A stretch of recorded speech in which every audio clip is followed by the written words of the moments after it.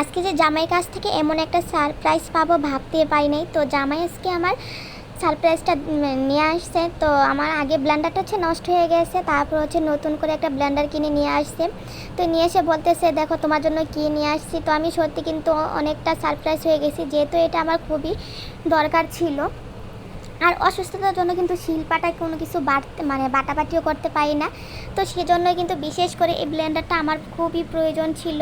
তো আগেটা ছিল আমার প্লাস্টিকের ব্লেন্ডার, তো ওইটা হচ্ছে নষ্ট হয়ে গেছে। তারপর এখন একটা স্টিলের ব্লেন্ডার নিয়ে আসছে। সত্যিই আমি অনেকটা সারপ্রাইজ হয়ে গেছি জামাইয়ের এই ব্লেন্ডারটা নিয়ে আসার কারণে। তো আমাকে কিন্তু আগে থেকে কিছু বলে নাই যেন তোমার জন্য একটা ব্লেন্ডার নিয়ে আসবো।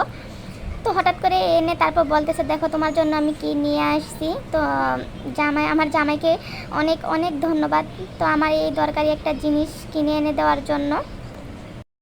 আসসালামু আলাইকুম, কেমন আছেন সবাই? আশা করি আল্লাহর অশেষ রহমতে আজকের আমার এই ভিডিওটা যে যেখান থেকে দেখতেছেন সবাই অনেক অনেক ভালো আছেন। আমিও আপনাদের দোয়াতে ভালো আছি। কাজ করতে করতে জীবন চলে যাচ্ছে, তারপরেও বলতেছি ভালো আছি। অসুস্থ শরীর নিয়েও কাজ করতে হবে।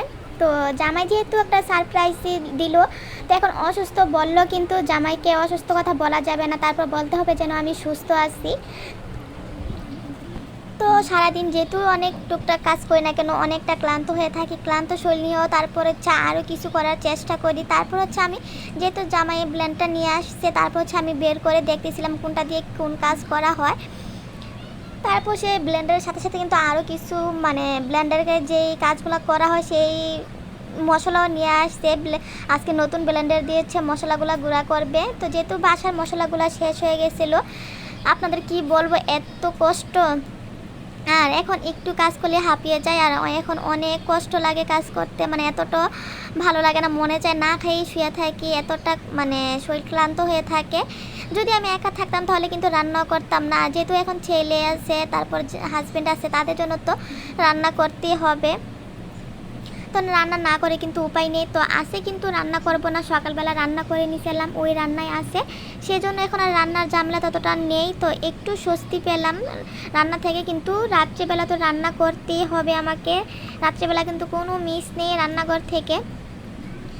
তো ব্লেন্ডারটা পেয়ে কিন্তু আমি অনেক খুশি হয়ে গেছি, যেহেতু আমাকে এরকম সুন্দর একটা ব্লেন্ডার কিনে নিয়ে আসে সিঙ্গার কোম্পানির এই ব্লেন্ডারটা।